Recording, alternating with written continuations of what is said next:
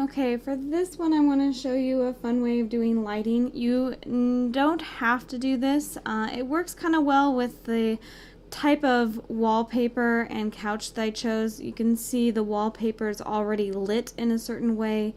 Same thing with the couch. It has more of a highlight here and the shadows down below.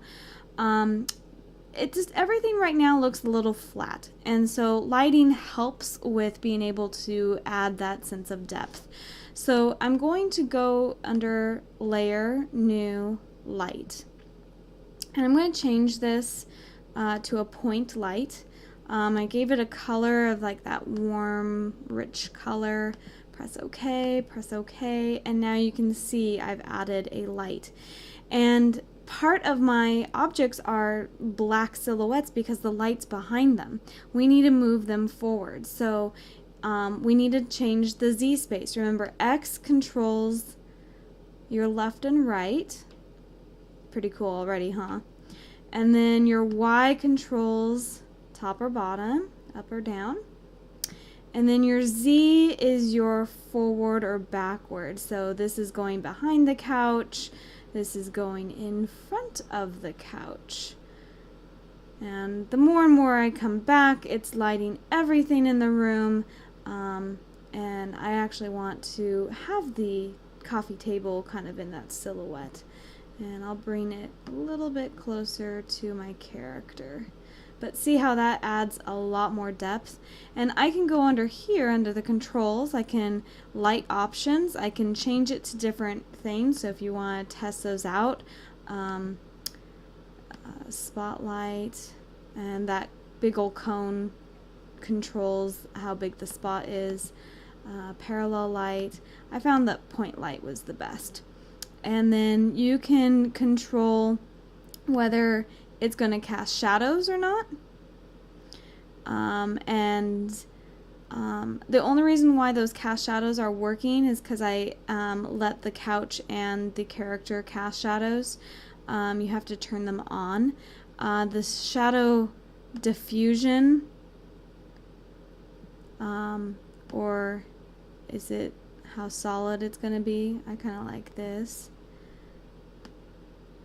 And you can see how the shadow changes.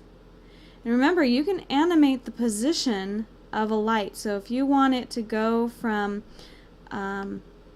position, I want it to start over here, and then by the time it gets over here, I want the light to move.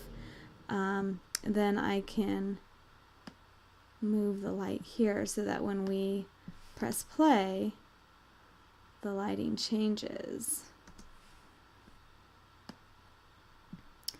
And then again, why the cast shadows work is because on the character under material options, I put cast shadows on. Normally it's off, and so now you can't even see your character without them on. So, and then I also did that to the couch. Material options, cast shadows on, right over here. I don't think I did it to the table. Let's play around and see if we, yeah, it's off, so let's turn it on. It doesn't do anything because the light's so far away from it, so it really doesn't matter.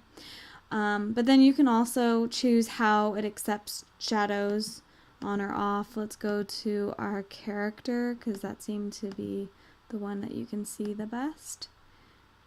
And character accept shadows.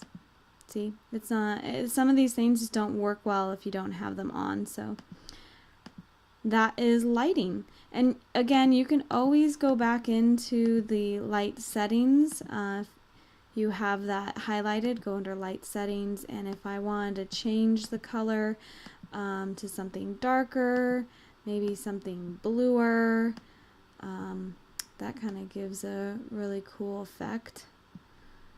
A little bit brighter.